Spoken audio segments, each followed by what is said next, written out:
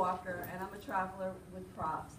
I wanted to share a little bit about how what you guys do really makes a difference in the lives of the children that we serve. The Child Safe Center is right next door. We're one of the nonprofits that receive impact grant money, and we use it to help child abuse victims. So I'm going to tell you the story of Madison. This is Madison's box. Madison is a real child that we're seeing. Madison is a young lady whose mom has had a history of multiple relationships. And unfortunately, the last relationship that mom had, the stepfather began sexually abusing Madison. Madison was not going to tell this secret. The longer she kept the secret, the more she realized that she was part of the secret and that she felt like she was allowing it to happen. So how can she tell after she's allowed it to happen? By the grace of God, mom had gone out one night and come home early and caught the guy abusing Madison, which is how the secret came out, which is how we were able to see Madison and intervene. So when Madison came to see us, we like to say that kids come to see us and they sometimes have baggage.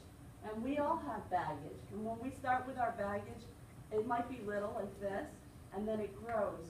If children who are abused don't get the treatment that they need and the services they need, their baggage, which might be depression and anxiety and PTSD, is going to turn into something larger.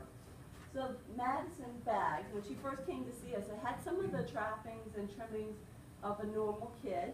She had like her favorite blankie. She had her favorite baby.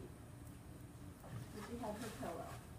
But if you look underneath the surface as to what else Madison was carrying around with her, there were some ugly things in her life and what she was going through.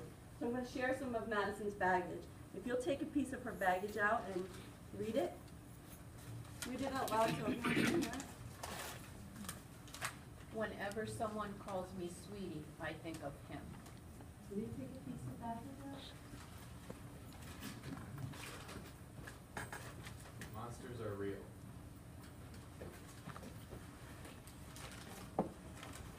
It's my fault because I let him do it.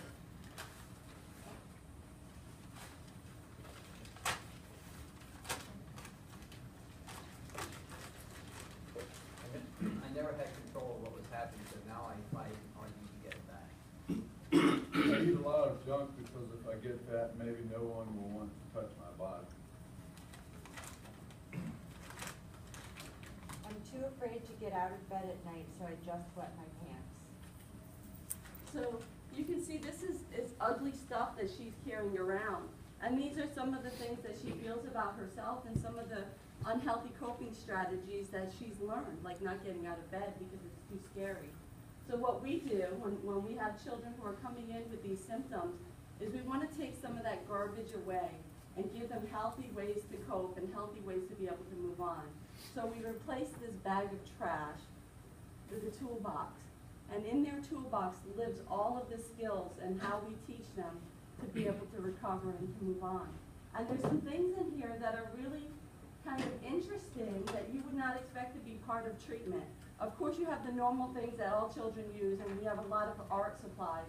And art is a great language and a great way for children to express what they've gone through and to process it. But then we have other things in here that might seem kind of interesting, like why is that in there? Like this pinwheel. We use this, one of the things we teach children is how to control their breathing. So when their anxiety levels raise, that they know how to bring it back down. And we'll teach them how to do a cleansing breath and then to release it slowly. And so the pinwheel is a way to teach them how to regulate that. And so to us it looks like, well, what is that? Why is that in there?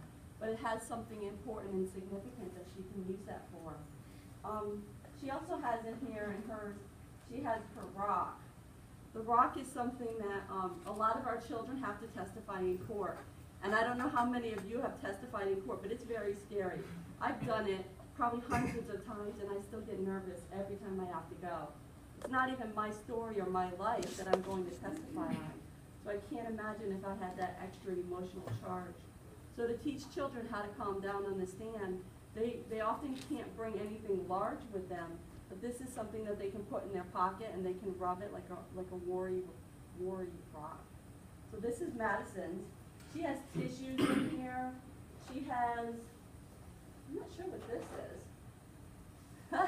Maybe it's humor. She has in her, she has sunglasses in here, and this is something that children may use when they get to the parts of their story that are hard, or they're embarrassed, or they don't want to look at us. So one of the things that we do is during the course of treatment is we teach them how to use all these tools. We do it in fun ways. We do yoga, we do a lot of artwork, we play a lot of games, and we're teaching them along the way. And our children generally see us for about 25 sessions, and when they leave, we have a huge celebration. As part of their celebration, there is a releasing of their trauma. And the symbolic way that we show that is they take their trauma story and they shred it, and we put it in balloons, and they come over here to the green space and release it. So it's a very beautiful ceremony, and it's very powerful. Without the support that you guys give us, we would not be able to make the difference in Madison's life. And all of that garbage that I brought in would be things that would be festering, and her baggage would turn larger. So we really do appreciate, and you may not realize how even the pennies that you collect in the jar really do make an impact in the lives of these children. You give them a much better future, and I appreciate it. They may never be able to say thank you to you, but I say it for them. So thank you. Thank you for them, and thank you for having me this